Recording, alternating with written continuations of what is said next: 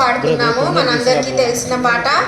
మరి మేము ఈ పాట అనంతపూర్ సంఘంలోనే నేర్చుకున్నాము. గుండె నిండా యేసు ఉంటే కన్నీలే ముత్యాలు. మరి అందరం చప్పట్లు కొట్టుకుంటా దేవుని నామంని ఘనపరుస్తా ఈ పాట పాడుకున్నాము.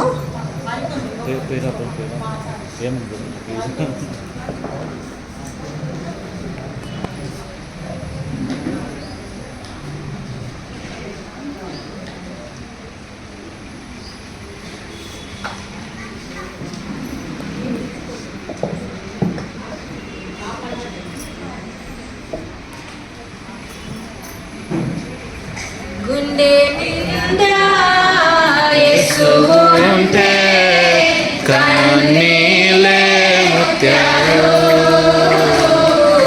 కన్నీలే ముత్యాలు గుండె గుడిలో యేసు ఉంటే దుఃఖమైన సంతోషం దుఃఖమైన సంతోషం గుండె నిండా నీవే నా గుండె నిండా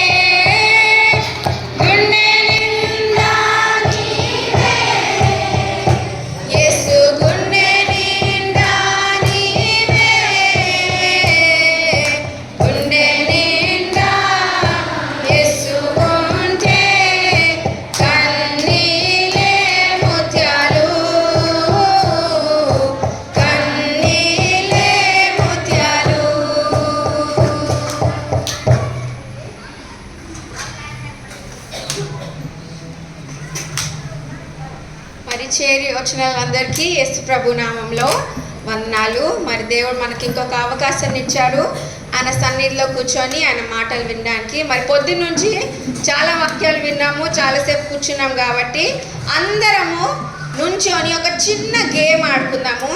ఆడుతుందా? అలసిపోయారా? మీ ఇష్టం. ఆంటీలు చెప్పండి. చిన్న గేమ్, చాలా చిన్నది, పరిగెత్తాల్సిన అవసరం లేదు. మీరు ఎక్కడున్నారో అక్కడే ఆడచ్చు. గేమ్ ఏంటంటే మన బైబిల్లో 4 ఉన్నారు కదా, అబ్రహాము, ఇస్సాకు, యాకోబు, యోసేపు. సో అబ్రహాం ఎక్కడికి వెళ్ళినా కదా బలిపీఠాలు కట్టేవాడు. సో అబ్రహాం అనగానే మీరు అందరు ఇట్లా యాక్షన్ చేయాలి. ఓకే, ఇట్లా ప్రార్థన చేస్తున్నాడు, బలిపీఠం దగ్గర ప్రార్థన చేసేవాళ్ళు కదా. సో అబ్రహాం అనగానే ఇట్లా అనాలి. ఇస్సాకు ఎక్కడికి వెళ్ళినా బాబులు తోవేవాడు. సో ఇస్సాకు అనగానే ఇట్లా యాక్షన్ చేయాలి, బాబులు తోవుతున్నట్టు. ఓకే, తర్వాత అబ్రహాం, ఇస్సాకు, యాకోబు కదా. యాకోబు ఎక్కడికి వెళ్ళినా ఏం చేసేది, స్తంభాలు నిలబెట్టేవాడు. ఓకే, సో అబ్రహాము, ఇస్సాకు, యాకోబు అనగానే స్తంభం. అండ్ లాస్ట్ ఎవరు చెప్పండి? యోసేపు. యోసేపు ఎక్కడికి వెళ్ళినా సారీ అబ్రహాం గుడారాల్లో ఉండేవాడు కాబట్టి అబ్రహాంకి ఇది గుడారం. ఓకే, అబ్రహాము, ఇస్సాకు, యాకోబు, యోసేపు అనగానే ప్రార్థన. మళ్ళీ ఒకసారి చేద్దాం. అబ్రహాం అనగానే ఓకే గుడారం, ఇస్సాక్ అనగానే బావులు తవ్వేవాడు, యాకోబు అనగానే స్తంభాలు నిలబెట్టేవాడు, యోసేపు ఎక్కడికి వెళ్ళి ఏం చేసేవాడు చెప్పండి? ప్రార్థన చేసేవాడు. Simple game. దేవుడే మనల్ని చూస్తున్నాడు కాబట్టి మీరు ఎక్కడన్నా తప్పు చేస్తే మీరే కూర్చోవాలి. ఎందుకంటే ఇంతమందిలో మేము చూడాలంటే కష్టం. ఇది ఎందుకంటే కదా కొంచెం కాసేపు నిలబడి కదా మనం కూడా నడుములు ఇట్లా ఇట్లా అనుకుంటే కొంచెం ఎనర్జీ వస్తుంది కాబట్టి మనకి. అందరం ఒకసారి నుంచుందాము. ఓకే, ఓపిక ఉన్న వాళ్ళు నుంచోండి. ఒకవేళ జేమి మాకు ఓపిక లేదంటే ఇట్స్ ఫైన్, ఎవరిని ఫోర్స్ చేయము.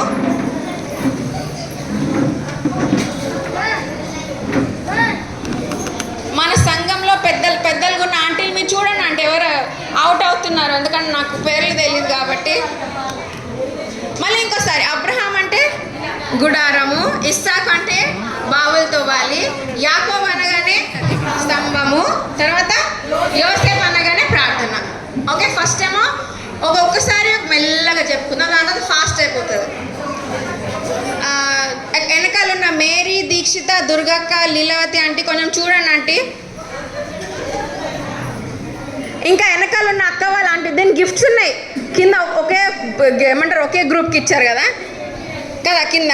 మనం ఫస్ట్, సెకండ్, థర్డ్ ఇచ్చుకుందాం. First prize, second prize, third prize. Okay, ready aunties? Anantapur aunties చాలా క్లెవర్ అని నాకు తెలుసు. సో ఆడదాం సార్. చాలా సింపుల్ గేమ్, దీంట్లో ఏం చీటింగ్ ఏం ఉండదు. ఫస్ట్ అబ్రహాము, పక్కన ఎవరిని చూడొద్దు, ఓకే, నన్నే చూడండి. అబ్రహాము, ఇస్సాకు, యాకోబు, యోసేపు. అబ్రహాము, ఇస్సాకు, యాకోబు, యోసేపు. అబ్రహాము, ఇస్సాకు. అయితే ట్రయల్ అంటే కొంచెం ప్రాక్టీస్ అవ్వాలి కదా మనకి, అందుకే.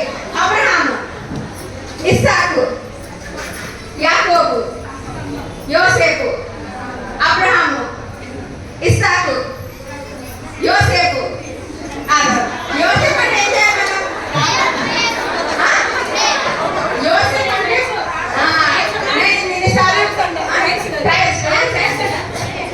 అర్థమైందా? ఇప్పుడు నుంచి వరుసగా చెప్పాను. అబ్రహాం, ఇస్సాకు, యాకోబు, యోసేపు అని వరుసగా చెప్పాను. మీరే గుర్తుపెట్టుకోవాలి ఏ పేరుకి ఏ యాక్షన్ ఉందో. అర్థమైందా అక్క? ఇంకెవరికైనా అర్థం కాలేదా? ఎంతమందికి అర్థం కాలేదు అంటే మీకు అర్థం కాలేదా? అబ్రహాం అనగానే ఇట్లా చేయాలంటే ఓకే. సారీ అబ్రహాం, ఇస్సాకు అనగానే సారీ బావులతో ఓకే. ఇస్సాకు, యాకోబు అంటే స్తంభాలు, యోసేపు అంటే ప్రార్థన చేశారు. అర్థమైందా అండి? ఓకే, ఇప్పుడు నుంచి రియల్స్. ఇప్పుడు నుంచి అవుట్ అయిన వాళ్ళు దయచేసి కింద కూర్చోండి, ఎవరు బాధపడద్దు. ఇది సింపుల్ గా మనం ఎంకరేజ్మెంట్ కోసమే మనం గేమ్ ఆడుతున్నాం. Okay, 1 2 3 go. అబ్రహాము, ఇస్సాకు, యాకోబు, యోసేపు. అబ్రహాము, యోసేపు, ఇస్సాకు. ఏసే మనం చూస్తున్నాడు కాబట్టి మనకి ఎక్కడున్నా గుంపులో ఉన్నా ఒకరున్నా ఏసే చూస్తున్నాడు. సో మీరు ఒకవేళ తప్పు చేస్తుంటే మీరే కూర్చోండి. కానీ నేను చెప్పాము పెద్దలు కాబట్టి అదే ఈ పాప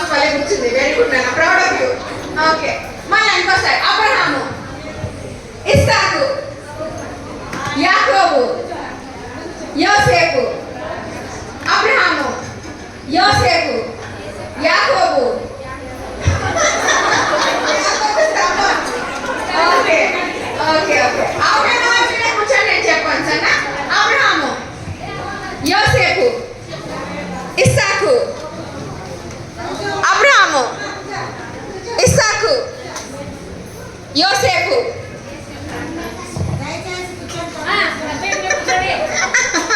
ఓకే. యాకోబు, అబ్రహాము, ఇస్సాకు. Aunty sorry aunty. ఓకే మళ్ళీ ఇంకోసారి. అబ్రహాము, ఇస్సాకు, యాకోబు, యోసేపు. అబ్రహాము, ఇస్సాకు, యాకోబు, యోసేపు. అబ్రహాము, యోసేపు, ఇస్సాకు, యాకోబు. అబ్రహాము, యాకోబు.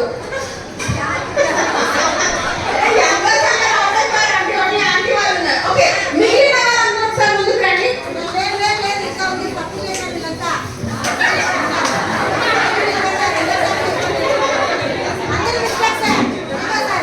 ఎంకరేజ్ చేద్దాం మనం. మిగిలిన వాళ్ళందరూ ఆంటీ ఇక్కడ రండి. గట్టిగా చప్పట్లు ఓకే గట్టిగా చప్పట్లు కొట్టుకుందాం ఆంటీ వాళ్ళ కోసం. రండి ఆంటీ. Come come. సగం మంది మిస్టేక్ సగం మంది mistake.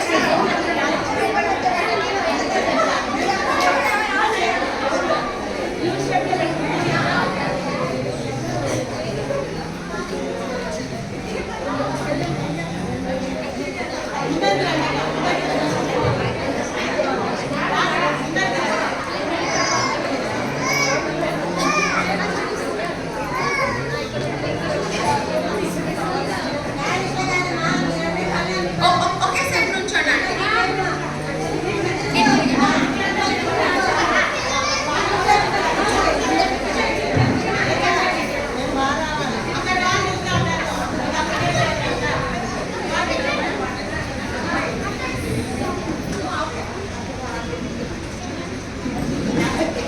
Okay ready aunty. Aunty మీరే చూడాలి. మీరే ఇప్పుడు జడ్జెస్ అందరూ. ఓకే. అబ్రహాము, ఇస్సాకు, యాకోబు, యోసేపు. అబ్రహాము, యోసేపు, ఇస్సాకు, యాకోబు, యాకోబు. అబ్రహాము, యాకోబు, ఇస్సాకు.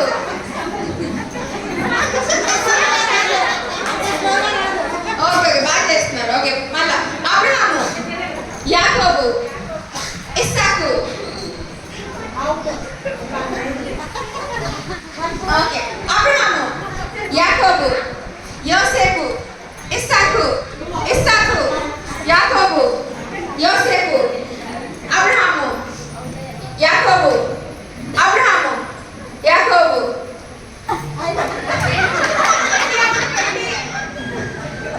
ఓకే కొంచెం దగ్గర జరగండి ఆంటీ ప్లీజ్.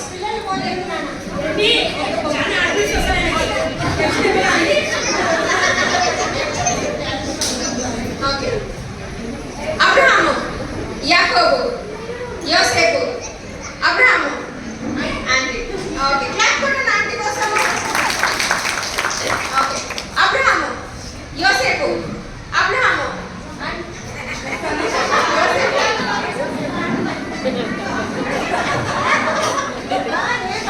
ఓకే. యోసేపు, అబ్రహాము, ఇస్సాకు, యాకోబు. అబ్రహాము, యోసేపు. అబ్రహాము, యాకోబు, యోసేపు. ఓకే థ్యాంక్ యూ అక్క. Okay okay last. Okay. Abraham, యోసేపు, ఇస్సాకు, యాకోబు. ఇస్సాకు, యాకోబు, ఇస్సాకు.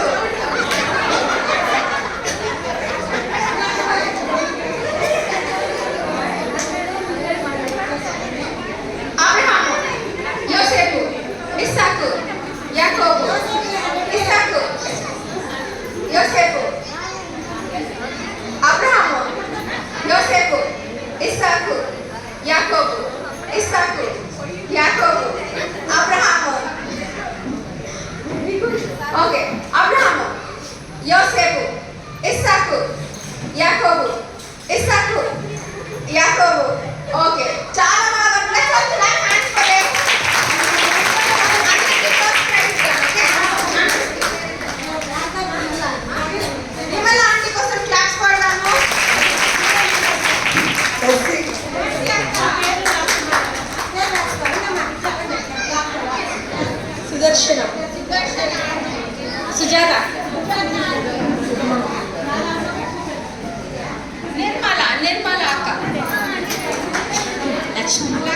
ఓకే, అందరు ఆంటీ వాళ్ళ కోసం క్లాప్స్ కొడతాను లాస్ట్ వరకు.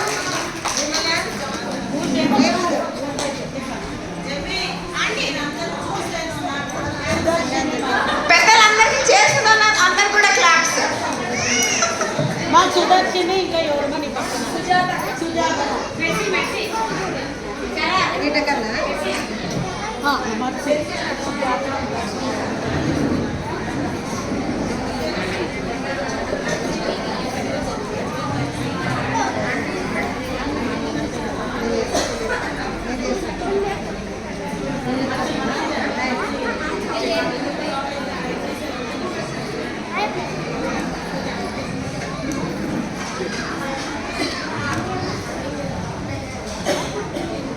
కూడి వచ్చిన పరిశుద్ధ స్త్రీలకు ప్రభునామంలో వందనాలు.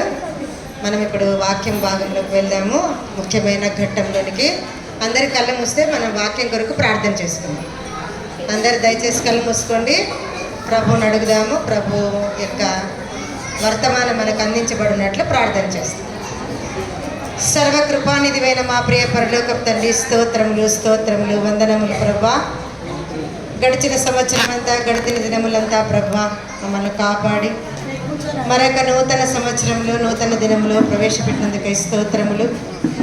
ఈ రీతిగా ప్రభా నాయన మమ్మల్ని ఏర్పాటు చేసుకున్నందుకై మీకు వందనాలు.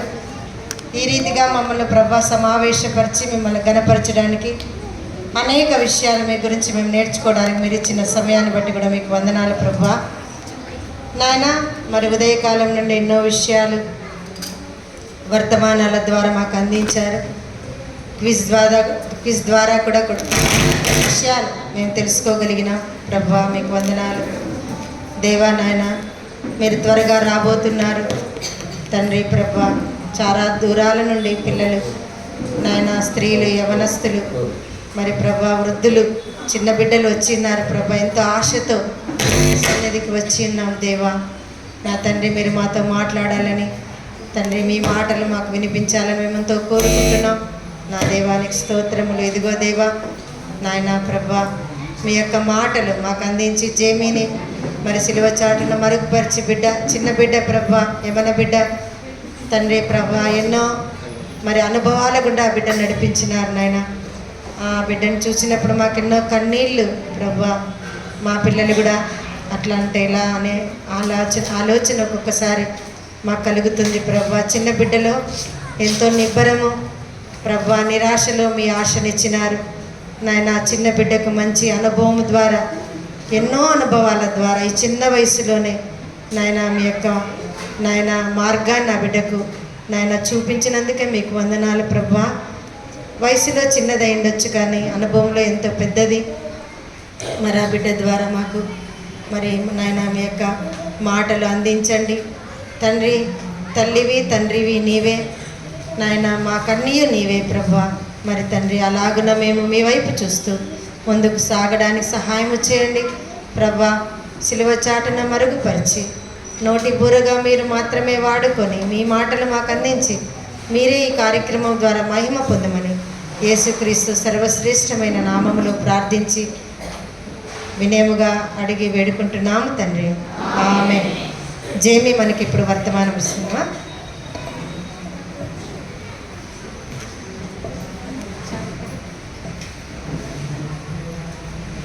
మరి ఆంటీ వాళ్ళందరికీ, అక్క వాళ్ళందరికీ యేసునామంలో మీ అందరికీ వందనాలు. ఇక్కడ ఉన్న చాలా మందిలో చాలా చిన్నదాన్ని, కానీ ఆయన దేవుడు ఇచ్చిన అవకాశాన్ని, మా మమ్మీ అప్పుడు ఒక మాట నాకు చెప్పేది ఇంగ్లీష్లో, జేమీ we have to be instant in season and out of season. అంటే దేవుని కోసం ఎప్పుడన్నా నిలబడడానికి ఛాన్స్ వచ్చినప్పుడెల్లా, అది ఏదైనా రోజు అవన్నీ మనం సిక్గా ఉన్నా, హెల్తీగా ఉన్నా, ఇట్లాంటి పరిస్థితుల్లో ఉన్నా దేవుడు ఇచ్చిన అవకాశాన్ని ఎప్పుడు పోగొట్టుకోకూడదని మరి మా మమ్మీ నాకు ఎప్పుడు చిన్నగా ఉన్నప్పుడు నేర్పించారు. మరి అదే మరి మీ అందరికీ తెలుసు నా సాక్ష్యం కూడా. మరి దేవుడు ఇన్ని సంవత్సరాలు మరి మా మమ్మీ 2021లో మరి ప్రభు దగ్గరికి వెళ్ళిపోయారు. మరి అప్పటి నుంచి కూడా మరి దేవుడే నన్ను కానీ డాడీని కానీ ఇంతవరకు మరి కాచి కాపాడి ఆయన రెక్కల కింద మమ్మల్ని భద్రపరిచి మరి ఈరోజు వరకు మమ్మల్ని ఇట్లా ఉంచారు. మరి దేవునికి మహిమ కలుగును గాక. మరి నా జీవితంలో మరి చిన్నగా దేవుడు నాకు నేర్పించిందే నేను మీతో పంచుకోవాలని ఆశపడుతున్నాను. మన అందరం కలిసి న్యాయాధిపతుల గ్రంథము 6వ అధ్యాయం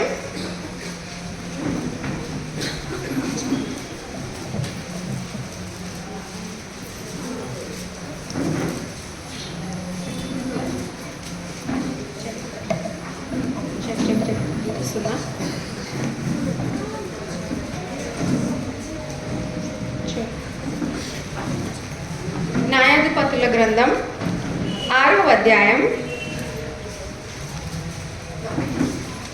మొదటి నుంచి మెల్లగా మనం చదువుకుంటా వెళ్దాము.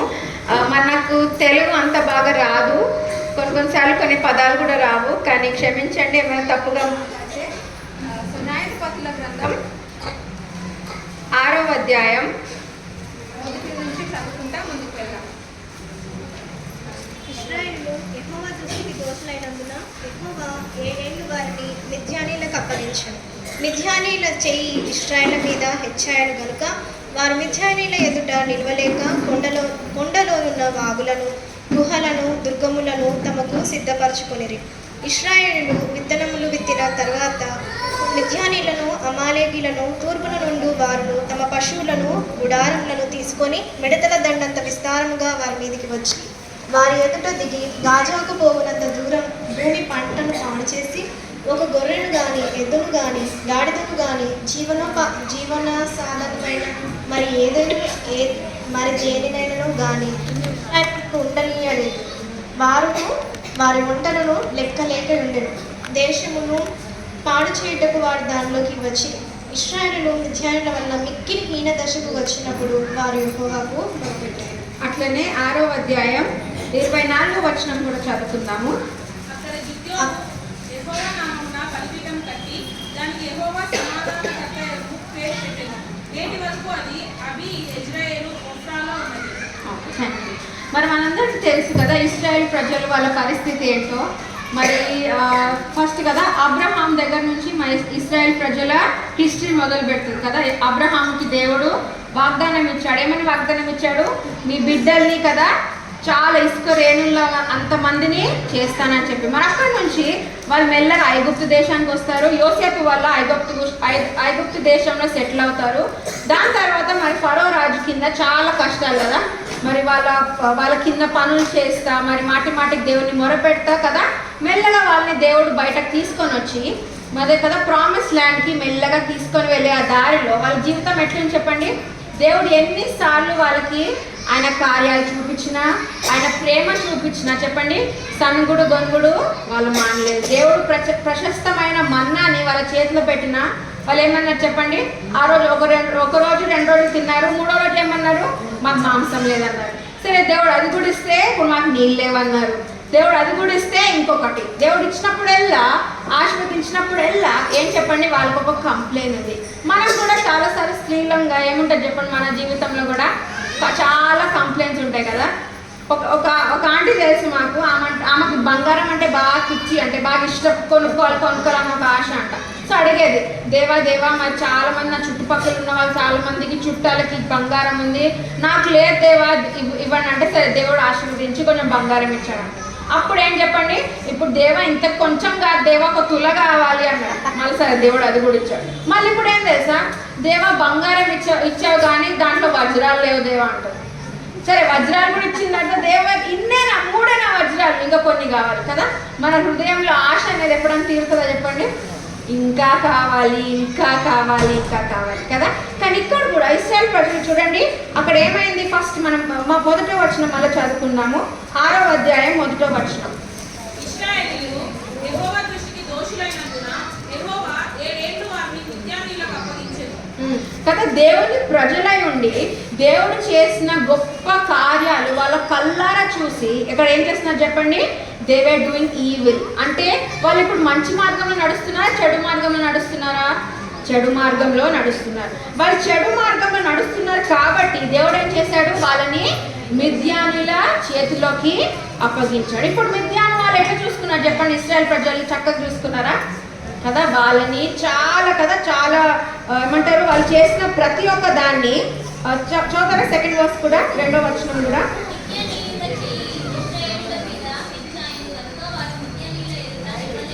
వాళ్ళు నిలవలేకపోయారు. తర్వాత కదా 3వ వచనం కూడా చదువుకుందాం అట్లనే.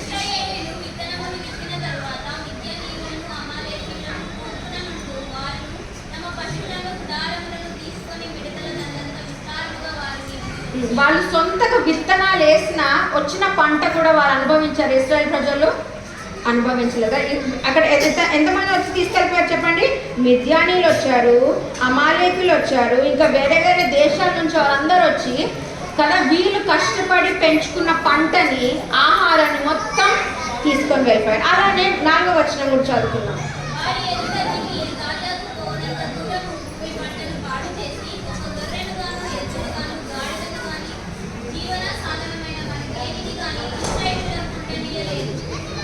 వాళ్ళకి ఎట్లాంటివి కూడా మొత్తానికి కదా 10వ వచనం వచ్చేసరికి ఇప్పుడు ఇశ్రాయేల్ ప్రజల చేతిలో ఏమీ లేదు.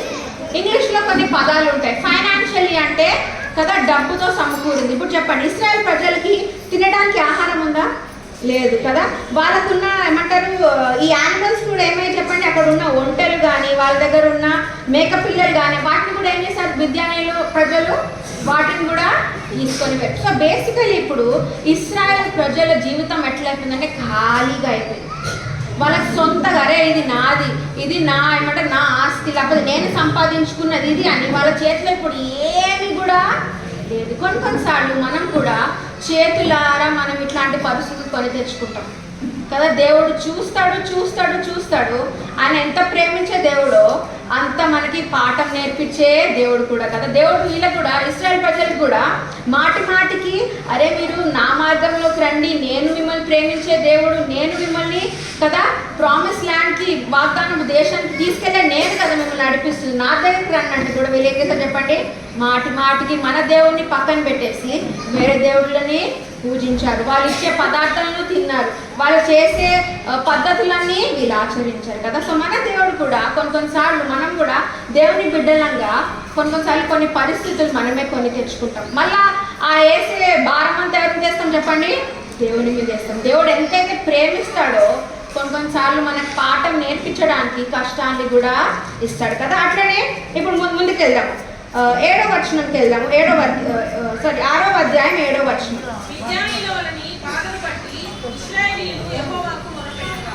ఇప్పుడు ఏంటంటే చెప్పండి, ఇశ్రాయేల్ ప్రజలు మొర పెడుతున్నారు కదా. ఇప్పుడు 8, 9, 10వ వచనాలు చదువుకుంటే వాళ్ళ మొర పెడుతున్నారు కానీ దేవుడు వాళ్ళకు ఉత్తరం ఇవ్వట్లేదు. ఇప్పుడు దేవుడు ఎట్లా అయిపోయాడంటే కూడా తెలుసా, చెప్పాడు అప్పటి వరకు, దాని ముందు వరకు చెప్పాడు, నేర్పించాడు, ఇప్పుడు కామ్గా అయిపోయాడు. మన జీవితాల్లో కూడా కొన్నిసార్లు అట్లాంటి పరిస్థితులు వస్తాయి. ఎన్నో కష్టాల ద్వారా వెళ్ళేటప్పుడు, సమస్యల ద్వారా వెళ్ళేటప్పుడు మనకు అనిపిస్తుంది అరే నేను చేస్తున్న ప్రార్థన దేవుడు వినట్లేదే, నాకు సమాధానం ఇవ్వట్లేదే, వేరే వాళ్ళైతే మన ఆశీర్వదిస్తున్నాడు, వేరే వాళ్ళ జీవితాలు చూసినప్పుడు వాళ్ళకి దేవుడు మాటికి కదా దీవెనలు ఇస్తున్నాడు, వాళ్ళని మంచిగా పైకి తీసుకుని వస్తున్నాడు. కానీ మనం వేసిన దగ్గరే అక్కడే ఉన్నాం. కొన్నిసార్లు మనకు అనిపిస్తుంది కదా దేవుడు నా ప్రార్థన ఎందుకు వినట్లేదే, నేనంటే ఇష్టం లేదేమో దేవునికి కదా. మా మమ్మీ ఇట్లా దేవుని దగ్గరకు వెళ్ళిపోయినప్పుడు నాకు అనిపించింది నేను కూడా ఏమంటారు ఈ సమస్య అన్నాను కానీ ఈ సిచ్యువేషన్ ద్వారా వెళ్ళాను. ఎందుకంటే మీ అందరికి తెలుసు కదా మా మమ్మీ డాడీ ఇద్దరు సేవలో ఉన్నారు. ఆయన అంతా ప్రార్థన చేసినప్పుడు కూడా దేవుడు మా మమ్మల్ని మరి మాకు తిరిగి ఇవ్వలేదు, కానీ దేవుడు తీసుకున్నప్పుడు నేను అనుకున్నా దేవా నీకు లోకంలో ఉన్న వాళ్ళందరూ ఇష్టం కానీ నేను ఒక్కదాన్ని ఇష్టం లేదేమో, ఎందుకంటే నా ప్రార్థన అయితే నువ్వు వినలేదు దేవా కదా. కొన్నిసారి మనకు అట్లా అనిపిస్తుంది. ఇప్పుడు కూడా ఇశ్రాయేల్ ప్రజలు కదా మొరపెడుతున్నారు. 7వ వచనం చూసుకుంటే మాటికి దేవుని దగ్గరికి వెళ్ళి దేవా మమ్మల్ని సేవ్ చేయ, దేవ ఇక్కడ నుంచి రక్షించని మొరపెడుతుంటే కూడా దేవుడు వాళ్ళ మాట వింటున్నాడా? వాళ్ళకి డైరెక్ట్గా ఎట్లాంటి సమాధానం ఇవ్వట్లేదు. 8వ వచనం చదువుతున్నాం.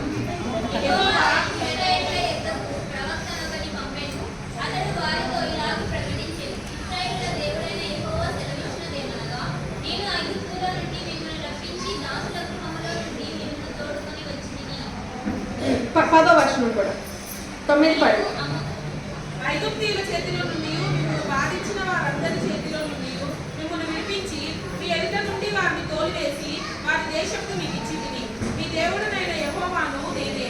మీరు అమోరీయుల దేశమున నివసించుచున్నారు, వారి దేవతలకు భయపడుతుంది అని మీతో చెప్పితిని కానీ మీరు నా మాట వినకపోతిరి. నేను చెప్పితిని కానీ ఎవరు వినలేదు చెప్పండి ఆయన మాట? ఇశ్రాయేల్ ప్రజలు వినలేదు. ఇప్పుడు చెప్పండి మనం ఎన్నిసార్లు ఏమంటారు మా చర్చ్లో మేము క్యాలిక్యులేషన్ వేసుకుంటాం కదా, సంవత్సరానికి ఎన్ని ఆదివారాలు చెప్పండి?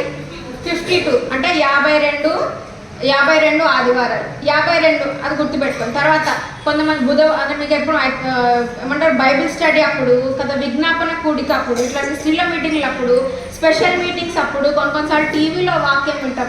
ఎన్నిసార్లు వాక్యం వింటాం, ఎన్ని బుక్కులు నింపేస్తాం కదా. ఇక్కడ యంగర్స్ ఉంటున్నారు కొంతమంది, తెగ రాసేసుకుంటాం బుక్స్లో, ప్రతి వాక్యం ప్రతి వచనం రాసుకుంటాం. కానీ ఎన్నిసార్లు ఈ వాక్యాన్ని మన జీవితానికి అప్లై చేసుకున్నాం చెప్పండి? చాలాసార్లు వాక్యం విన్నప్పుడల్లా లోపలికి ఎట్లా వస్తామో తిరిగి అట్లే బయటకు వెళ్తాం. మన లోపల హృదయంలో మార్పు అనేది కలగదు, మార్పు చెందము మనం. అందుకే ఒక కథ ఉంది కదా, ఒక చిన్న పాప అంట, మా మమ్మీ ఎప్పుడు చెప్పేది ఇది, ఒక ఫ్యాక్టరీకి వెళ్ళిందంట. వాళ్ళ స్కూల్ వాళ్ళు ఒక ఫ్యాక్టరీకి తీసుకెళ్తే ఆ ఫ్యాక్టరీలో సోప్ ఉంటుంది, సబ్బుని తయారు చేస్తున్నారు. సో ఆ సబ్బుకి ఇచ్చిన పేరు ఏంటంటే, మీరు లోకంలో ఎట్లాంటి మురికినైనా తీసేసే సబ్బు. ఈ సబ్బు పేరు ఏంటి చెప్పండి? ఎట్లాంటి మురికి, దాని మీద ఏమంటారు ఆయిల్ పడినా, బురద అయినా, ఎట్లాంటి మట్టినైనా, ఎట్లాంటి దాగునైనా తీసేసే సబ్బు. సో ఫ్యాక్టరీ మొత్తాన్ని చూపించారంట, గంట సేపు ఇటు తిప్పి అటు తిప్పి, ఈ సబ్బులో ఇదేస్తాం అదేస్తాం అని అంతా ఎక్స్ప్లెయిన్ చేసి లాస్ట్కి వెళ్ళిపోకముందు వాళ్ళు అడిగారంట మేనేజర్, పిల్లలు మీకు ఎవరైనా క్వశ్చన్లు ఏమైనా ఉన్నాయా, ప్రశ్నలు ఏమైనా ఉన్నాయా అంటే చిన్న పాప చేస్తుందంట. అంకుల్ మీరు చెప్తున్నారు కదా, ఈ సబ్బు లోకంలో ఏదైనా దాగుని తీసేసేగలదు, లేకపోతే ఎట్లాంటి మురికినైనా తీసేస్తుంది, కానీ మీ ఫ్యాక్టరీలో పనిచేసే వాళ్ళు ఎందుకు బట్టలంతా మురికిగా ఎందుకు ఉన్నాయని అడిగిందట. అర్థమైందా? ఆ ప్రశ్న ఏమి అడిగింది చెప్పండి? మీరైతే చెప్తున్నారు కదా సబ్బు లోకంలో ఉన్న అన్ని మైలుని మస్టిని తీసేస్తుంది, కానీ మీ వాళ్ళు నాకు ఎంత మురికి బట్టలు వేసుకున్నారో అడిగిందంట. ఎంత కరెక్ట్ కదా క్వశ్చన్. వాళ్ళు చేస్తుందేమో ఏమంటారు చాలా శుద్ధమైన స్పెషల్ సోపు, కానీ వాళ్ళందరూ చూస్తేమో మురికిగా ఉన్నారు. అప్పుడు ఆ మేనేజర్ అన్నట్టు, అమ్మా మేము సోప్ని సప్లై చేస్తాం కానీ మేము అప్లై చేసుకోము. అంటే మేము సబ్బును తయారు చేస్తాం కానీ మేము సొంతగా వాడుకోము, ఆ సబ్బుని మేము రుద్దుకోము, మేము ఆ సబ్బుని మేము వాడమంటున్నారు. చాలాసార్లు మన పరిస్థితి కూడా అదే కదా. వాక్యం బాగా తెలుసు, ఇప్పుడు కాంపిటీషన్ కింద పెట్టారు కదా, అందరం సమాధానం చెప్పాం. బైబిల్ తీయమంటే అందరు ఇప్పుడు క్విజ్ పెడితే మీకు నాకు తెలుసు కదా, అందరికి ఫస్ట్ ప్రైజ్ వస్తుంది. కానీ చాలాసార్లు మీరే కాదు నేను కూడా కదా, మనం అందరము వాక్యాన్ని అప్లై చేయం. ఇక్కడ కూడా ఎవరు ఇశ్రాయేల్ ప్రజలకి వాక్యం తెలుసు, దేవుణ్ణి చాలా కళ్ళారా చూశారు. పొద్దున మేఘస్తంభంగా, రాత్రి అగ్నిస్తంభంగా వాళ్ళ ముందు నడిపించిన దేవుడు కదా. ఆయన ఏమంటారు బలాన్ని శక్తిని చూసిన ప్రజలు, ఎర్ర సముద్రాన్ని పాయలు వాళ్ళ కళ్ళ ముందు చేసిన దేవుడు. అవన్నీ అద్భుతాలు చూసిన తర్వాత కూడా ఏం చేశారంటే చెప్పండి, ఆయన మాటని విన్నారా? వినలేదు కదా. ఎంత కొన్నిసార్లు మనం కూడా చాలా స్టబర్న్గా ఉంటాం. దేవుని వాక్యాలు ఎన్నిసార్లు మనతో మాట్లాడినా అది లోపలికి దిగదంట కదా. ఇప్పుడు టీ డికాషన్ ఉంటుందా, డికాషన్ పెట్టిన తర్వాత ఏం చేస్తాం చెప్పండి మనం? ఒక ఏమంటారు దాన్ని, జాలిడా, స్ట్రెయినర్ అంటారు ఇంగ్లీష్లో కదా. దాంతో ఏం చేస్తాం మనం? ఆ చెత్త అంతా, డికాషన్ అంతా పైన ఉండిపోయి ఓన్లీ ఆ డికాషన్ లోపల పడేటట్టుగా చేస్తాం కదా. చాలాసార్లు మనం కూడా అంతే, మనకు నచ్చింది మనం వింటాము, నచ్చని లోపల నిజం గుచ్చుకుందనుకో వదిలేస్తాం. ఇప్పుడు కాదు మళ్ళీ మారుతానులే అనుకుంటాం కదా. ఎవరు ఇశ్రాయేల్ ప్రజల పరిస్థితి కూడా ఇదే. దేవుడు ఎన్నిసార్లు చెప్పినా వాళ్ళు వినలేదు. అట్లాంటి సమయంలో దేవుడు ఒకే ఒక వ్యక్తిని వాడుకున్నాడు. ఇప్పుడు 11వ వచనం చదువుకున్నాం. యెహోవా దూత వచ్చి అబీయెజెరుడైన యెహోవాషునకు కలిగిన ఉప్రలోని అస్థి వృక్షము క్రింద కూర్చుండెను. యెహోషువ కుమారుడైన గిద్యోను మిద్యానీయులకు అరవేంటినట్లుగా రానుగా చాటున గోధుమలను కదా. ఈ సమయంలో దేవుడు ఎవరి దగ్గరకు వచ్చాడు చెప్పండి? గిద్యోను అనే ఒక మనిషి దగ్గరకు వచ్చాడు. గిద్యోను కూడా ఈ సమయంలో ఏం చేస్తున్నాడు చెప్పండి? గానుగ చాటున ఏం చేస్తున్నాడు కదా. ఇప్పుడు చెప్పండి, యాక్చువల్లీ ఈ పని మామూలుగా ఎక్కడ చేస్తారు చెప్పండి? పొలంలో అందరి ముందు చేస్తారు మామూలుగా కదా, అందరి ముందు బయట చేస్తారు. కానీ గిద్యోను ఎక్కడ చేస్తున్నారు చెప్పండి? గానుగ చాటున దాచుకొని చేస్తున్నాడు. ఎందుకంటే ఈ సమయంలో గిద్యోనికి భయం వేస్తుంది. ముందంతా విన్నాడు కదా, దేవుడు మన ప్రార్థన ఆలకించే దేవుడు కదా, సమాధానం ఇచ్చే దేవుడు కదా, తర్వాత ప్రేమించే దేవుడు, కష్టంలో ఆయనను పిలిస్తే ఆయనను మొరపెడితే సమాధానాన్ని వినే దేవుడు, రక్షించే దేవుడు అని విన్నాడు. కానీ ఇప్పుడు పరిస్థితి ఏం చెప్పండి? వాళ్ళు ఎంత మొరపెడుతున్నా దేవుడు వాళ్ళకి ఏమీ వచ్చి రక్షించట్లేదు, వాళ్ళకేం సొల్యూషన్ ఇవ్వట్లేదు. అందుకే ఇట్లా ఏమంటారు, ఇక్కడ గిద్యోను కూడా భయపడుతున్నాడు. చాలాసార్లు మన జీవితంలో కూడా మనం భయం అనే ఆ మార్గంలో వెళ్తాం కదా, చాలాసార్లు చింతపడతాం ఫ్యూచర్ గురించి. ఏమవుతుందబ్బా ఇప్పుడు ఇట్లా. ఒక చిన్న చిట్టెలుక తెలుసా మీకు? చిట్టెలుక ఎంత ఉంటుంది చెప్పండి? ఎలుక ఇంత ఉంటుంది, ఇంతే ఎలుక. ఒక పెద్ద ఏమంటారు గోడౌన్ దగ్గర ఆ ఎలుక ఉంటుందంట. ఆ గోడౌన్లో ఎంత ఉంటుంది చెప్పండి? ఇప్పుడు బియ్యం ఎంత ఉంటుంది గోడౌన్లో? ఒక బస్తా ఉంటుందా? టన్నులు ఉంటాయా బియ్యం కదా? టన్నులు ఉంటాయి బియ్యం. కానీ చిట్టెలుక ఒక రోజు కూర్చొని ఆలోచించిందంట, అయ్యో ఈ టన్నుల బియ్యం అయిపోయిన తర్వాత నేను ఏం తింటానబ్బా అనుకుందంట. ఉన్న చిట్టెలకి ఎంత చెప్పండి? ఇంత. దానికి ఉన్న పొట్టు ఎంత, దాని నోరు ఎంత పెడితే ఒక 5 గింజలు 10 గింజలు. కానీ దాని చింత ఏం చెప్పండి? ఈ టన్నులు బియ్యం అయిపోతే నా పరిస్థితి ఏంటబ్బా అంటుంది. చాలాసార్లు మనం కూడా అంతే కదా, ఎప్పుడో రేపు అయ్యే గురించి ఈరోజు చింతపడతాం. మా పిల్లలు ఎట్లా అని చింతపడతాం, ఇంట్లో పరిస్థితులు ఏంటి అని చింతపడతాం. అరే చుట్టాలు ఇది అంటున్నారు అది అంటున్నారు అని చింతపడుతున్నాం. ఇక్కడ ఉన్న యంగ్ గర్ల్స్ నా ఫ్యూచర్ ఏంటియో చింతపడతాం. ఎగ్జామ్ ఎట్లా, జాబ్ ఎట్లా, ఇల్లు ఎట్లా, పెళ్ళి ఎట్లా, ఇవన్నీ చింతపడతాం. కానీ ఒక మాట మర్చిపోతాం కదా. అక్కడ చూడండి, ఇప్పుడు ఏమంటున్నాడు యేసయ్య దేవుడు అక్కడ 12వ వచనం చదువుకుంటాం. యెహోవా దూత అతనికి కనపడి, పరాక్రమము గల బలాఢ్యుడా, యెహోవా నీకు తోడై ఉన్నాడని. యెహోవా నీకు తోడై ఉన్నాడు. ఎన్నిసార్లు ఈ మాట మర్చిపోతాం కదా. మన వెంట ఎవరున్నారు చెప్పండి? మన ఎదురు, మన ముందు, మన వెనకాల ఎవరున్నారు? మన పరలోకంలో ఉన్న మన రక్షకుడు. చాలాసార్లు మనం మర్చిపోతాం కదా. అరే మన దేవుడు ఉన్నాడే, కానీ ఈ లోకాన్ని చూసి భయపడతాం. పక్కన వాళ్ళు చూసి కంపేర్ చేస్తున్నాం. అరే వాళ్ళకి ఇది ఉంది, నాకు ఇది లేదే. అరే దేవుడు వాళ్ళకి ఇట్లా చేశాడు, నాకు చేయలేదే. ఇక్కడ కూడా కదా గిద్యోను భయపడుతున్నాడు కదా, భయపడుతున్నాడు. అరే ఏంటబ్బా, ఇప్పుడు వరకు విన్న దేవుడు వేరే, ఇప్పుడు చూస్తున్న దేవుడు వేరే. మేము ఎంత మొరపెట్టినా ఎందుకు ఆలోచించట్లేదు, మేము ఎంత అడిగినా ఎందుకు సమాధానం ఇవ్వట్లేదు, మేము ఎంత మొరపెట్టినా మా దిక్కు ఎందుకు చూడట్లేదు అనుకున్నాడు. చాలాసార్లు మనం కూడా అనుకున్నాం, అలుగుతాం దేవుని మీద. ఏం దేవా, నేనంటే నీకు ప్రేమ లేదా, నా మొర నువ్వు వినవా, నా ప్రార్థన వినవా అని దేవుడిని మనం ప్రశ్నిస్తాం. ఇక్కడ ముందుకు వెళ్తే కూడా గిద్యోను కూడా ప్రశ్నిస్తాడు. చూద్దాం ఇప్పుడు ఒకసారి. దానికన్నా ఒక ప్రశ్న అడుగుతాం, మనం దేవుణ్ణి ప్రశ్నించగలమా, ప్రశ్నించకూడదా? ప్రశ్నించకూడదా? చూద్దాం, ముందుకెళ్దాం. అట్లా 13వ అధ్యాయం. గిద్యోను, చిత్తం నా ఏలినవాడా, యెహోవా మాకు తోడై ఉండినెడల ఇదంతయు మాకేలా సంభవించెను? యెహోవా ఐగుప్తులో నుండి మమ్మల్ని రప్పించునని చెప్పుచూ మా పితరులు మాకు వివరించిన ఆ అద్భుత కార్యములన్నీ ఏమాయను? యెహోవా మమ్మల్ని విడిచిపెట్టి మిద్యానుల చేతికి మమ్మల్ని అప్పగించినని అతనితో చెప్పాను. ఇప్పుడు చెప్పండి, గిద్యోను ఇక్కడ ఏం చేస్తున్నాడు? దేవుణ్ణి ఎన్ని ప్రశ్నలు వేశాడు చెప్పండి? 3 ప్రశ్నలు వేశాడు. మరి ఇప్పుడు చెప్పండి, దేవుణ్ణి ప్రశ్నించచ్చా, ప్రశ్నించకూడదా? అది మరి ఆన్సర్ నేను చెప్తాను మెల్లగా. ఇక్కడ గిద్యోను ఏం చేస్తున్నాడు తెలుసా? ఆయన హృదయంలో ఉన్న కలతని దేవుని ముందు పెడుతున్నాడు కదా. 2 ఉంటాయి. ఇప్పుడు ఫర్ ఎగ్జాంపుల్ మన హృదయాల్లో కూడా ప్రశ్నలు ఉంటాయి. నాకెందుకు అవ్వట్లేదు, నేను ఎందుకు దేవుళ్ళో బలపడట్లేదు, నేను ఎందుకు ముందుకు వెళ్ళలేకపోతున్నానని మనకి దేవునితో ఉన్న మన క్లోజ్నెస్ని బట్టి మన హృదయంలో ఉన్న కలతని, మన హృదయంలో ఉన్న ప్రశ్నల్ని మనం దేవుని ముందు పెట్టవచ్చు, గిద్యోను పెట్టినట్లుగా. కానీ చాలాసార్లు మనం ఏం చేస్తాం తెలుసా? దేవుని ఘనతని ప్రశ్నిస్తాం, దేవుని మహోన్నతాన్ని ప్రశ్నిస్తాం, నువ్వు చేయగలగవా అని అట్లా ప్రశ్నిస్తాం. కానీ ఇక్కడ గిద్యోను చేసిన తప్పు కాదు. తన హృదయంలో ఉన్న కలత, అంటే ఆయనకి నిజంగా డౌట్ ఉంది. అంటే ఎందుకు దేవా, మాలో ఏమైనా తప్పు ఉందా, నాలో ఏమైనా తప్పు ఉందా, లేకపోతే మేమేమైనా మార్చుకోవాలా, లేకపోతే మేమేమైనా నేర్చుకోవాలని అట్లా ఆయన హృదయంలో ఉన్న కలతని బట్టి కదా దేవుని ఇక్కడ ఒక ప్రశ్న వేయట్లేదు కానీ అడుగుతున్నాడు.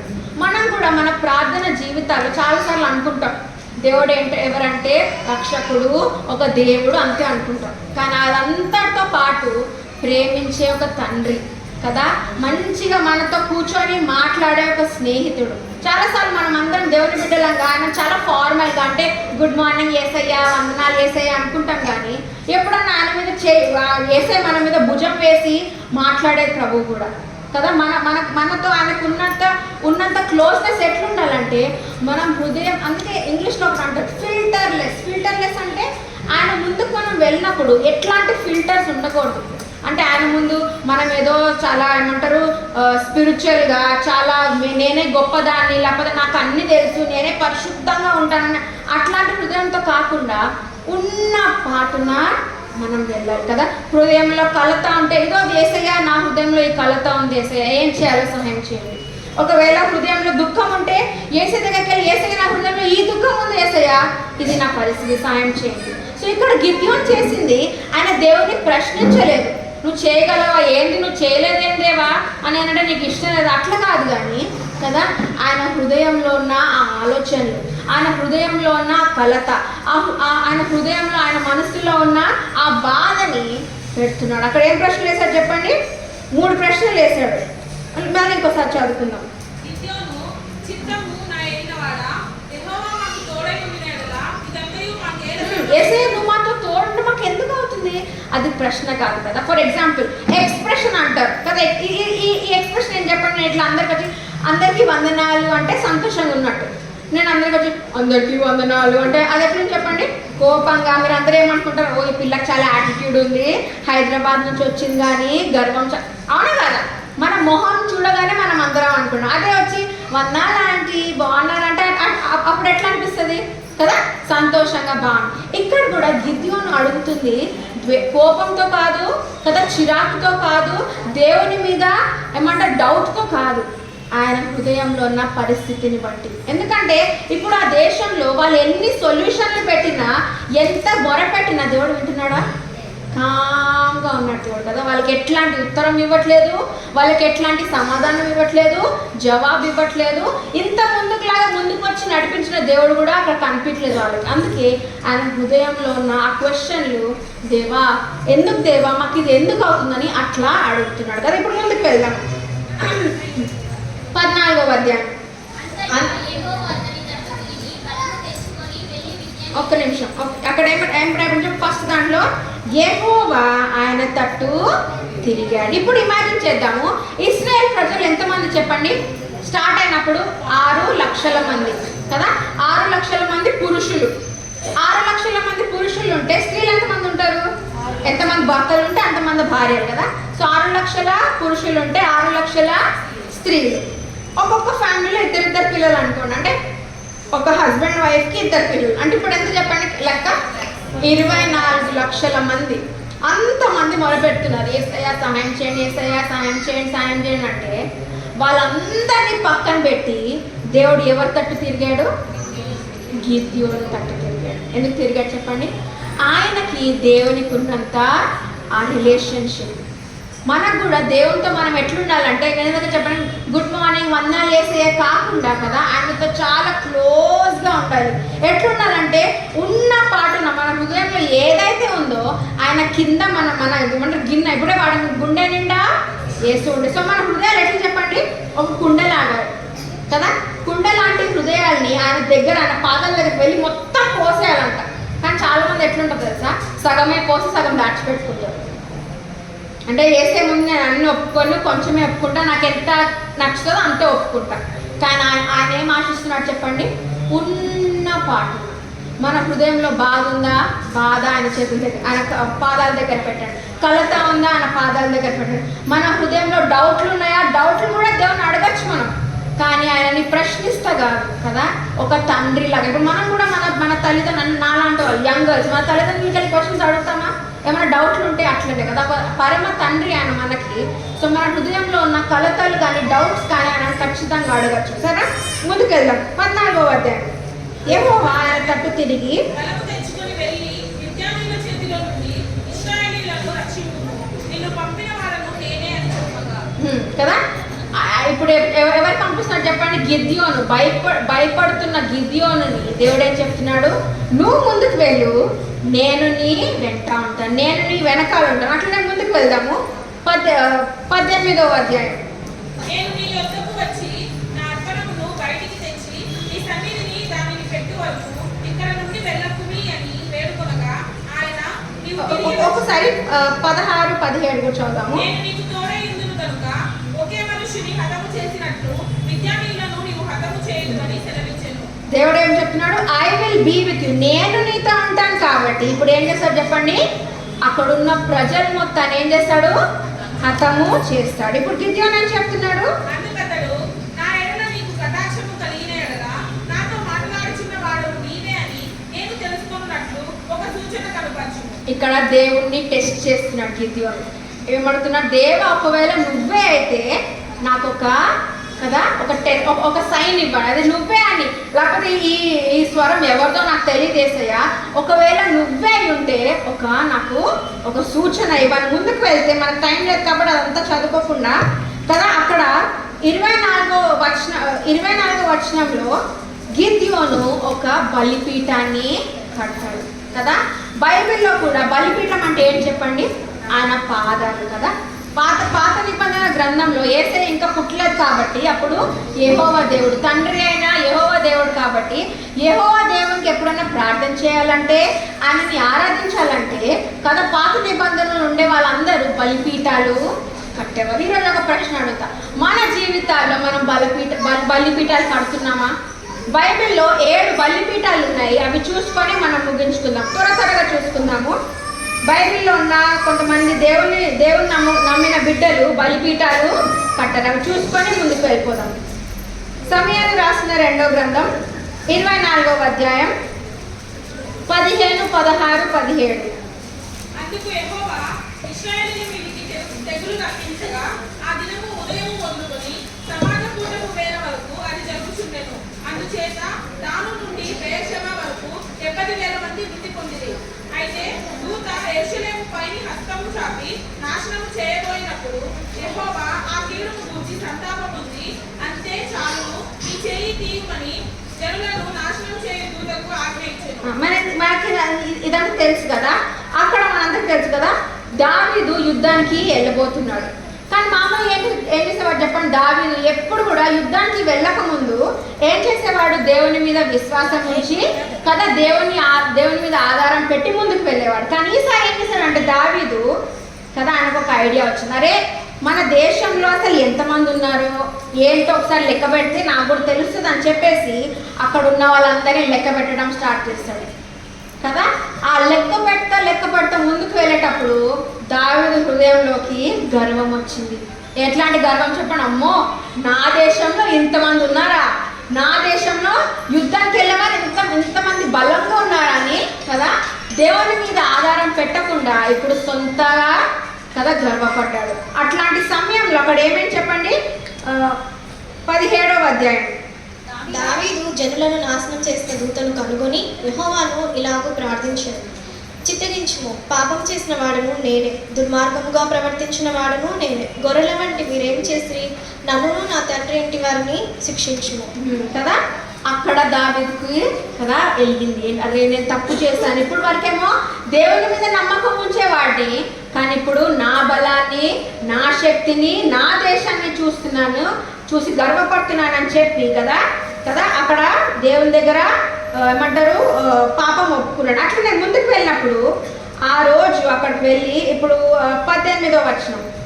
ఆ దినమున గాదు దావీదు వద్దకు వచ్చి, నీవు పోయి యెబూసీయుడైన అర్నోను యొక్క కళ్ళములో యెహోవా నామమున ఒక బలిపీఠం కట్టించుకొని అతనితో చెప్పగా, సో ఫస్ట్ బలిపీఠం ఏంటంటే పశ్చాత్తాపం అనే బలిపీఠం కదా. దావీదు ఆ రోజు అక్కడ బలిపీఠం కట్టి ఏమని ప్రార్థన చేశాడు, దేవా నేను తప్పు చేశాను, దేవా నాకు తెలియకుండా అయిపోయింది కదా. చాలాసార్లు మన జీవితాల్లో కూడా దేవుని నమ్ముకున్న తర్వాత ప్రతిరోజు మనం దేవుని దగ్గరికి వెళ్ళి, దేవా ఈరోజు ఏమైనా తప్పులు అయింటే క్షమించండి దేవా. మనం చాలాసార్లు ఏమనుకుంటామంటే రక్షణ పొందాం కదా చాలు, ఇంకా పరలోకానికి వెళ్తానో చాలు.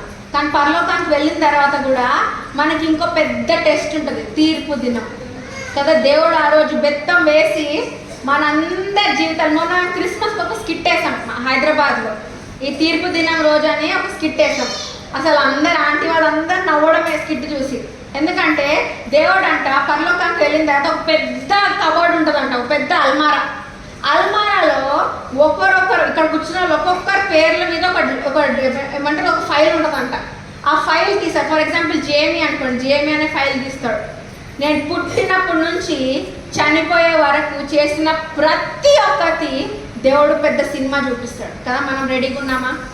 ఎన్నిసార్లు తెలియకుండా పాపాలు చేస్తాం కదా, ఎన్నిసార్లు ఏమంటారు బయటకేమో చక్కగా ఉంటాం కానీ లోపల మన ఆలోచనలు, మనం ఎంత ఈర్ష్యపడతామో, ఎంత నేనే గొప్ప అనుకుంటాం, నేనే అందరికంటే చాలా అందంగా ఉంటాను అన్నిసార్లు అనుకుంటాం కదా, అవన్నీ దేవుడు ఆ రోజు చూపిస్తాడు. కానీ దానికంటే బెటర్ ఏం చెప్పండి, రోజు ఆయన పాదాల దగ్గరికి వెళ్ళి పశ్చాత్తాపం అనే బలిపీఠం కదా. ఇది చాలా మంచి పద్ధతి. మా డాడీ కూడా ఎప్పుడు చెప్తారు, మనం ఎన్నిసార్లు దేవుని దగ్గరికి వెళ్ళి, ఎందుకంటే మనకు కొన్నిసార్లు పాపాలు గుర్తుండవు. అబద్ధం కూడా ఎట్లా వస్తుంది చెప్పండి, పక్కన వస్తుంది. ఆటో వాళ్ళ దగ్గర ఎట్లా చేస్తాం చెప్పండి, ఆయన 100 రూపాయలు అడిగితే మనం ఎంత ఇస్తాం, లేదన్నా 50 రూపాయలు అన్నా అంటాం.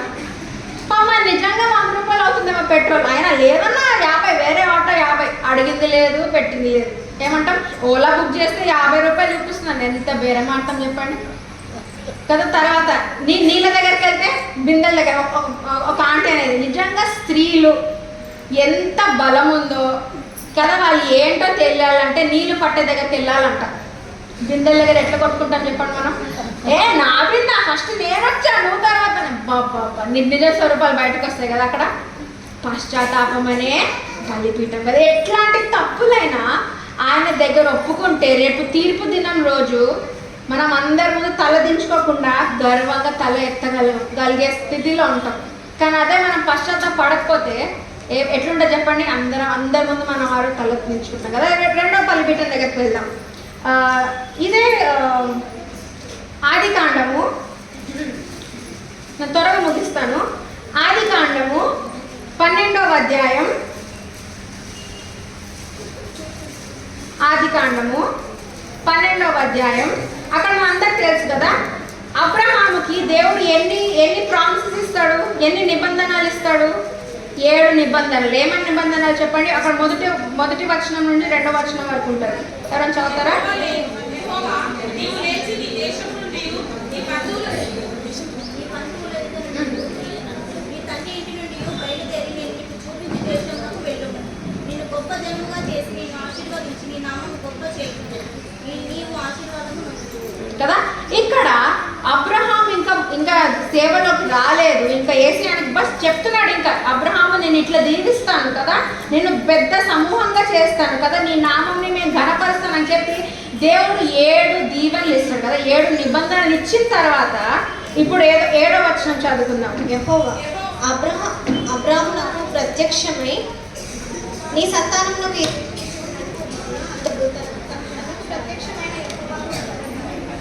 కదా. అక్కడ అబ్రహాము ఒక బలిపీఠాన్ని కట్టాడు. ఇది ఎట్లాంటి బలిపీఠం చెప్పండి, నిబంధన అనే బలిపీఠం కదా. ఇప్పుడు దేవుడు కూడా బైబిల్ నిండా మనకి ఎన్ని వాగ్దానాలు, బైబిల్ నిండా వాగ్దానాలు. కానీ చాలాసార్లు ఆ వాగ్దానాలు మనం పట్టుకోము. ఆ వాగ్దానాలు పట్టుకొని యేసయ్య నువ్వు నాకు ఈ నిబంధన చేసావు కదా యేసయ్య, దానికోసం నీకు వందనాలు యేసయ్య కూడా మనకు గుర్తు కూడా ఉండవు. కానీ ఇక్కడ ఏం చేస్తున్నాం చెప్పండి, అబ్రహాముకి దేవుడు ఆ నిబంధనలు ఇవ్వగానే ఇమ్మీడియట్గా వెళ్ళి ఒక బలిపీఠాన్ని కట్టి దేవుని నామంని కనపరిచాడు. రెండో బలిపీఠం వచ్చేసి కదా నిబంధన అనే బలిపీఠం. మనం కూడా దేవుని వాగ్దానాలు పట్టుకొని క్లెయిమ్ చేయాలి. దేవా ఇట్లా ఏలు పెట్టి, దేవా ఇక్కడ నువ్వు ఇట్లా వాగ్దానం చేసావు కదా, నా జీవితంలో ఈ అద్భుతం చేయి దేవా, ఇట్లా ఈ వచనంలో ఈ బుక్లో ఈ వచనంలో ఇట్లా చెప్పావు యేసయ్య, నా జీవితంలో కూడా ఇట్లా చేయని మనము వాగ్దానాల్ని పట్టుకొని కానీ ఆయన పాద సన్నిధిలో మనం మొరపెట్టాలి. మూడో బలిపీఠం చూసుకుందాం. ఇదే ఆదికాండంలో 26వ అధ్యాయం 24వ వచనం. అక్కడ నుండి అతడు బెయేర్షెబాకు వెళ్ళెను. ఆ రాత్రియే యెహోవా అతనికి ప్రత్యక్షమై, నేను నీ తండ్రి అయిన అబ్రహాము దేవుడను, నేను నీకు తోడై ఉన్నాను కనుక భయపడకుము. నా దాసుడైన అబ్రహామును బట్టి నిన్ను ఆశీర్వదించి నీ సంతానమును విస్తరింపజేసేదనని చెప్పాను. 25వ వచనం కూడా అక్కడ చదువుకుందాం. ఒక బలిపీఠం కట్టించి యెహోవా నామమున ప్రార్థన చేసి అక్కడ తన గుడారము వేసెను కదా. ఇక్కడ మనం అందరికి ఈ స్టోరీ కూడా తెలుసు కదా. ఇస్సాకు ఐగుప్తులో అబీమెలెకు అనే ఒక రాజు దగ్గరికి వెళ్ళి ఏమని చెప్తాడు, రెబెక్క ఎవరైతే నా భార్యనో అబద్ధం చెప్తాడు కదా, ఈమె నా చెల్లి అని చెప్తాడు. కానీ ఆయన రాజుకి తెలిసి కదా మెల్లగా వాళ్ళ దేశం నుంచి బయటకు వచ్చినప్పుడు కదా ఇస్సాకు కృతజ్ఞతతో ఒక బలిపీఠాన్ని కడతాడు. ఏమని బలిపీఠం చెప్పండి, ఇది ఆరాధన అనే బలిపీఠం. అక్కడ దేవుని ఆరాధిస్తాడు. దేవా నేను ఇట్లా తప్పు చేసినా నువ్వు ఈ దేశంలో ఒక కొత్త దేశం ఐగుప్తు అనే ఈ కొత్త దేశంలో నన్ను ఆశీర్వదించావే, ఎవరు కూడా నన్ను చంపకుండా నా భార్యను చంపకుండా మాకు ఎట్లాంటి కీడు అవ్వకుండా మమ్మల్ని కాచి కాపాడావు కాబట్టి ఆ రోజు అక్కడ కదా బెర్షిబా అనే ఒక స్థలంలో కదా ఒక బలిపీఠాన్ని కట్టి దేవుణ్ణి ఆరాధించాడు. సో మూడోది వచ్చేసి ఎట్లాంటి బలిపీఠం చెప్పండి? ఆరాధన అనే బలిపీఠం. ఇప్పుడు 4వ బలిపీఠం చూసుకుందాము. ఆదికాండము 8వ అధ్యాయం 20వ వచనం. ఆదికాండము 8వ అధ్యాయం యెహోవాకు బలిపీఠము కట్టి పవిత్ర వస్తువులన్నిటిలో పవిత్ర వస్తువులన్నిటిలోనూ కొన్ని తీసుకొని ఆ పీఠము మీద దహన బలి అర్పించాడు. ఇక్కడ కూడా మనందరికి తెలుసు కదా, నోవాహు ఏమని చెప్పండి? 40 రోజులు వర్షం పడింది, 40 రోజుల రాత్రి వర్షం పడింది, పెద్ద ఓడని కట్టాడు. ఓడలోకి ఎంతమంది చేరుకున్నారు చెప్పండి? 8 మంది. ఎవరెవరు? నోవాహు, వాళ్ళ భార్య, 3 కొడుకులు, వాళ్ళ కోడలు కదా, 3 కోడలు, 8 మంది. వాళ్ళతో పాటు జంతువులందరూ, ఒక ఆడ జంతువు, ఒక మగ జంతువు. వీళ్ళందరూ తప్ప ఇంకెవరైనా ఉన్నారు ఓడలో? ఇంకెవ్వరు లేరు. 40 రాత్రి పగలు వర్షం పడింది. లోకంలో ఉన్న వాళ్ళందరూ ఏమైపోయారు చెప్పండి? చనిపోయారు. అండ్ ఫైనల్గా చాలా రోజులైన తర్వాత ఓడ ఎక్కడో ఆగుతుంది కదా, ఒక కొండ మీద ఆగుతుంది. బయటకు రాగానే నోవాహు ఏం చేశాడు? ఒక బలిపీఠాన్ని కట్టాడు. మరి ఈ బలిపీఠం ఏం చెప్పండి? కృతజ్ఞత అనే బలిపీఠం కదా. మరి ఎన్ని రోజులు, ఇన్ని ఏమంటారు, మరి ఆ అలల మధ్య, వర్షం మధ్య, మరి ఆ ఓడ ఏం అవ్వకుండా, బద్దలు అవ్వకుండా కదా, క్రాక్ అవ్వకుండా దేవుడు వాళ్ళని కాచి కాపాడాడు కాబట్టి కదా, అక్కడ ఒక పెద్ద బలిపీఠాన్ని కట్టి దేవుణ్ణి ఆరాధించారు. ఎట్లాంటి జంతువుల్ని తీసుకొని ఆరాధించారు చెప్పండి? పవిత్రమైన జంతువుల్ని తీసుకొని వచ్చి దేవుని ముందు అర్పించాడు. ఇది వచ్చేసి 4వ బలిపీఠం ఏం చెప్పండి? కృతజ్ఞతతో కూడిన బలిపీఠం. ఇప్పుడు ముందుకు వెళ్దాం. 5వ బలిపీఠాన్ని కూడా చూసుకుందాము. నిర్గమకాండము 17వ అధ్యాయం 15వ వచనం. నిర్గమకాండము మోషే ఒక బలిపీఠమును కట్టి దానికి యెహోవా నిస్సి అని పేరు పెట్టి అమాలేకీయులు తమ చేతిని యెహోవా సింహాసనమునకు విరోధంగా ఎత్తిరి కనుక యెహోవాకు అమాలేకీయులతో తరతరముల వరకు యుద్ధమనెను. ఇక్కడ కూడా కదా మోషే ఎవరు నడిపిస్తున్నాడు? ఇశ్రాయేల్ ప్రజలకి అమాలేకీయులకి యుద్ధం జరిగినప్పుడు దేవుడు వాళ్ళకి ఏమి ఇచ్చాడు చెప్పండి? విజయాన్ని ఇచ్చాడు. ఆయన విజయం పొందగానే, వాళ్ళందరూ గెలవగానే వెళ్ళి పండుకున్నాడా మోషే? ఏమన్నా రెస్ట్ తీసుకున్నాడా మనలాగా కదా?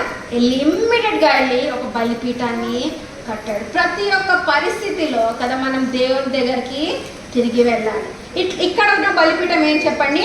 ఇట్ ఈస్ ద బలిపీఠం ఆఫ్ విక్టరీ, అంటే విజయంతో కూడిన బలిపీఠం కదా. చాలాసార్లు దుఃఖమైన సమయాల్లో దేవుడు గుర్తొస్తాడు, కానీ సుఖమైన సమయాల్లో గుర్తొస్తాడా? మర్చిపోతాం. సంతోషంలో పొర్లిపోయి ఒక పాట, సండే స్కూల్ పాట, హృదయంలో ఆనందం పొంగుచున్నది, యేసయ్య నా రక్షకుడై హృదయంలో వసించే, ఎవ్వరు వెరగని ఉల్లాసం హృదయంలో వసించే, అది పొంగి పొంగి పొంగి పొంగి పొంగి పొంగి పొర్లుచున్నది. సో సంతోషం అంటే ఏంటో చెప్పండి? యేసయ్యలో ఉన్నప్పుడు సంతోషం ఏమవుతుందో చెప్పండి? పొంగి పొంగి పొంగి, నువ్వు ఎన్నిసార్లు పొంగి అన్నా అంతసార్లు పొంగుతుంది కదా సంతోషం. సో ఇక్కడ ఎట్లాంటి బలిపీఠం చెప్పండి? 5వ బలిపీఠం వచ్చేసి విజయంతో కూడిన బలిపీఠం. 6వ 7వ చూసుకొని మనం ముగించుకుందాము. 2వ రాజుల గ్రంథం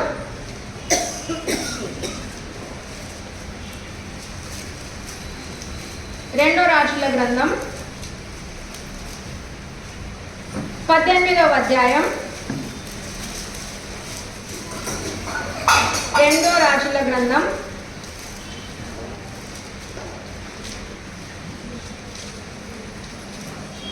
18వ అధ్యాయం మనం చూసుకుంటా ముందుకు వెళ్తే అక్కడ ఏమవుతుందంటే కదా, కర్మేలు పర్వతం మీద ఎలైజా ఏం చేశారు చెప్పండి?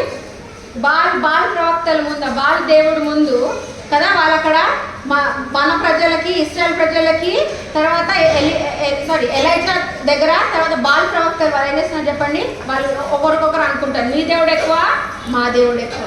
సో అక్కడ ఎలైజా కూడా ఒక బలిపీఠాన్ని కట్టాడు. అండ్ వాళ్ళందరూ ఎంత ప్రార్థన చేసినా పరలోకం నుంచి ఏం అగ్ని రాదు.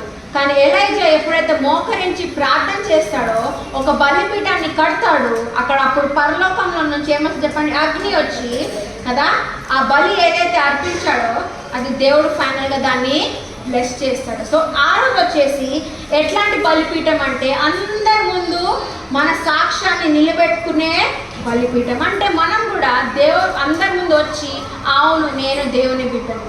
చాలాసార్లు మనం లోకంలోకి వెళ్ళకముందు మన హృదయంలో ఉన్న యేసు ప్రభుని మనం చూపించుకోము.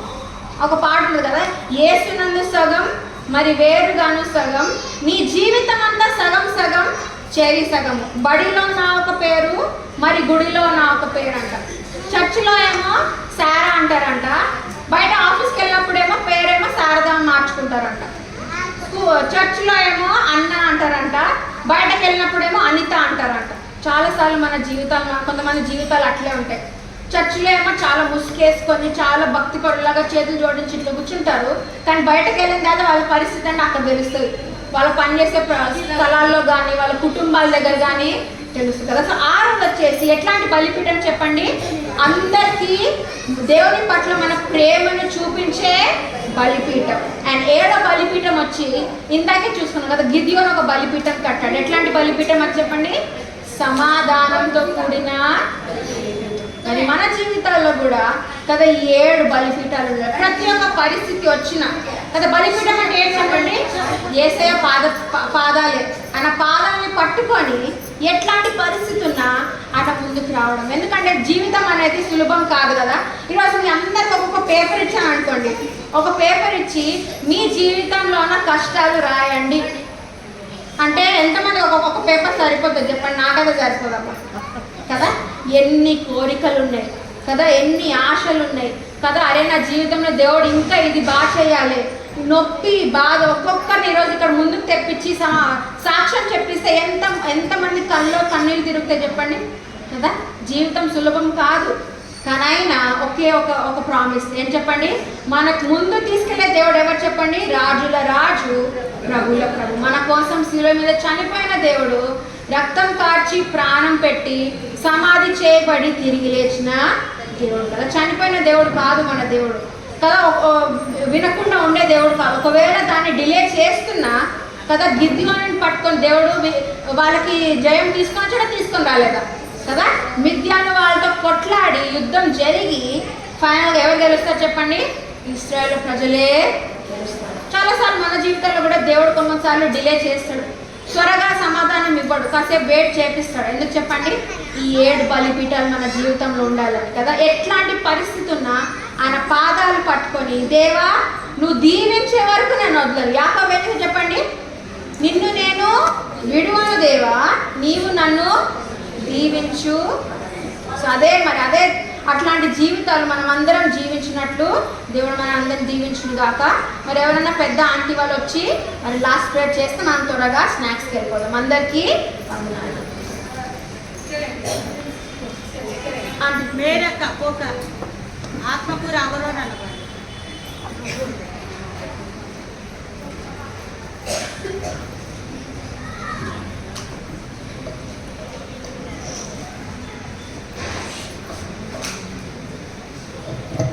ప్రార్థన చేసుకున్నాం. పరిశుద్ధుడైన దేవా, నీ నామానికి స్తుతులు స్తోత్రములు చెల్లిస్తుంటున్నా యేసయ్య. ఈ సమయంలో మా ప్రభా ఇలాగ మా తండ్రి బాల్య వయసులో మన తండ్రి మా ప్రభా నీ బిడ్డ మా తండ్రి మా ప్రభా చక్కగా వివరించింది నీ మాటలు మా తండ్రి. ఎవరికైతే అర్థమైనాయో ప్రభా మా తండ్రి ఆ మాటలు ప్రకారంగా అనుసరించుటకు సహాయం చేయండి, నీ కృప చూపించమని అడుగుచుంటున్నాను ప్రభా. దేవా మా తండ్రి ఈరోజు రేపు ఎల్లుండి జరిగిపోయే కూడికిల్లో మా తండ్రి మహిమకరంగా ఆశీర్వాదకరంగా చేయమని అడుగుచుంటున్నాను ప్రభువా. ఈ సమయంలో మా తండ్రి పిల్లలకి ఏది కొదవు లేకుండా మా తండ్రి సహాయం చేయండి, నీ ప్రేమను అనుగ్రహించమని మహిమ పొందుకోమని మాతో ఉండమని ఇక్కడ చేరొచ్చిన పెద్దలందరికీ కూడా మా తండ్రి మా ప్రభా వందనాలు చెల్లిస్తుంటున్నాను ప్రభా. మరి అలాగనే మా తండ్రి ప్రార్థించిన మేలకు ఆశించిన మేలకు మీరు మా తండ్రి మా ప్రభు ఈ కార్యాలు మా తండ్రి జరిపించినారు. దేవానికి స్తోత్రం నైనా యేసయ్యా నీకే కృతజ్ఞతలు, స్తుతులు, స్తోత్రములు చెల్లిస్తూ ఈ సాయంకాలపు వేళ ఈ కూడికిన మా తండ్రి నీకే మహిమకరంగా జరిగించుకున్నావు తండ్రి. నీకే కృతజ్ఞతలు, స్తోత్రములు చెల్లిస్తూ త్వరగా రానయ్యున్న ప్రభు నామమున ప్రార్థించి పొంది ఉన్నాం పరమ తండ్రి. ఆమేన్.